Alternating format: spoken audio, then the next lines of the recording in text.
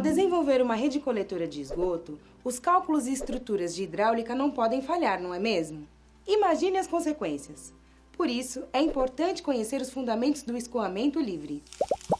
Tanto as redes de esgoto quanto os canais de irrigação são exemplos de canais artificiais de escoamento livre. Já os corpos hídricos ocorrem naturalmente em nosso meio e, portanto, são chamados de canais naturais. Os escoamentos livres também podem variar em função do tempo, podendo ser permanentes ou não permanentes, e em função do espaço, podendo ser uniformes ou variados. Os canais possuem elementos geométricos que viabilizam seu estudo. Os principais elementos são a altura da lâmina d'água, a altura de escoamento, a área molhada, o perímetro molhado, a largura de topo, a altura hidráulica e as declividades. Com os elementos, podemos calcular, por exemplo, o dimensionamento hidráulico dos condutos, que relaciona o coeficiente do revestimento do canal, a vazão, a inclinação de fundo, a área molhada e o raio hidráulico. Essa fórmula resulta na equação compacta de Manning, que relaciona a altura do escoamento, o coeficiente dinâmico e o coeficiente de forma para cada formato de seção, seja ele trapezoidal, retangular ou quadrado. Já para a seção circular, parcialmente cheia, a altura é substituída pelo diâmetro. A seção circular, apesar de difícil aplicação, é a forma de menor perímetro molhado, o que significa que apresenta a seção de máxima eficiência.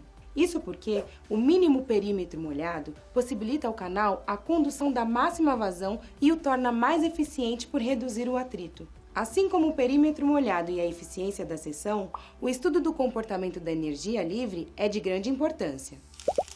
Nesse caso, o cálculo de energia utilizado é o mesmo dos escoamentos forçados, apenas substituindo a carga de pressão pela altura d'água. Essa relação direta entre energia específica e altura resulta em diferentes tipos de escoamentos. O escoamento fluvial ou subcrítico apresenta predomínio das forças gravitacionais com um número de Froude menor que 1. Outro extremo é o escoamento torrencial ou supercrítico, no qual a força cinética se sobrepõe à força potencial, com um número de Froude maior que 1. Já o escoamento intermediário ou crítico apresenta equilíbrio entre as forças cinéticas e gravitacionais, com um número de Froude igual a 1. A determinação dos tipos de escoamentos e das seções mais eficientes, bem como a identificação dos elementos geométricos, pode economizar recursos construtivos e operacionais, além de evitar falhas. Por isso, não deixe de continuar se aprofundando nos fundamentos de hidráulica. Eu fico por aqui, bons estudos e até a próxima!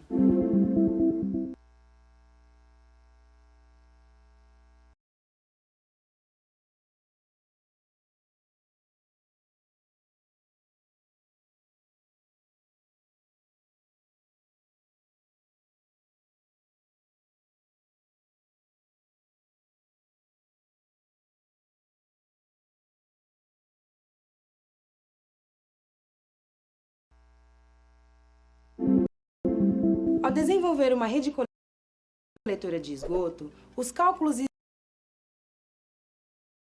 estruturas de hidráulica não podem falhar, não é mesmo? Imagine as consequências.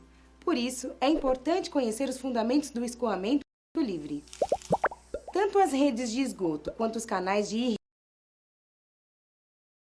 irrigação são exemplos de canais artificiais de escoamento livre. Já os corpos hídricos ocorrem naturalmente em nosso meio e, portanto, são chamados de canais naturais. Os escoamentos livres também podem variar em função do tempo, podendo ser permanentes ou não permanentes, e em função do espaço, podendo ser uniformes ou variados.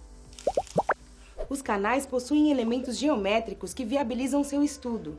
Os principais elementos são a altura da lâmina d'água, a altura de escoamento, a área molhada, o perímetro molhado, a largura de topo, a altura hidráulica e as declividades. Com os elementos, podemos calcular, por exemplo, o dimensionamento hidráulico dos condutos, que relaciona o coeficiente do revestimento do canal, a vazão, a inclinação de fundo, a área molhada e o raio hidráulico. Essa fórmula resulta na equação compacta de Manning, que relaciona a altura do escoamento, o coeficiente dinâmico e o coeficiente de forma para cada formato de seção, seja ele trapezoidal, retangular ou quadrado. Já para a seção circular, parcialmente cheia, a altura é substituída pelo diâmetro. A seção circular, apesar de difícil aplicação, é a forma de menor perímetro molhado, o que significa que apresenta a seção de máxima eficiência. Isso porque o mínimo perímetro molhado possibilita ao canal a condução da máxima vazão e o torna mais eficiente por reduzir o atrito. Assim como o perímetro molhado e a eficiência da seção, o estudo do comportamento da energia livre é de grande importância. Nesse caso, o cálculo de energia utilizado é o mesmo dos escoamentos forçados, apenas substituindo a carga de pressão pela altura d'água. Essa relação direta entre energia específica e altura resulta em diferentes tipos de escoamentos. O escoamento fluvial ou subcrítico apresenta predomínio das forças gravitacionais com o número de Froude menor que 1. Outro extremo é o escoamento torrencial ou supercrítico, no qual a força cinética se sobrepõe à força potencial, com o número de Froude maior que 1. Já o escoamento intermediário ou crítico apresenta equilíbrio entre as forças cinéticas e gravitacionais, com o número de Froude igual a 1. A determinação dos tipos de escoamentos e das seções mais eficientes, bem como a identificação dos elementos geométricos, pode economizar recursos construtivos e operacionais, além de evitar falhas.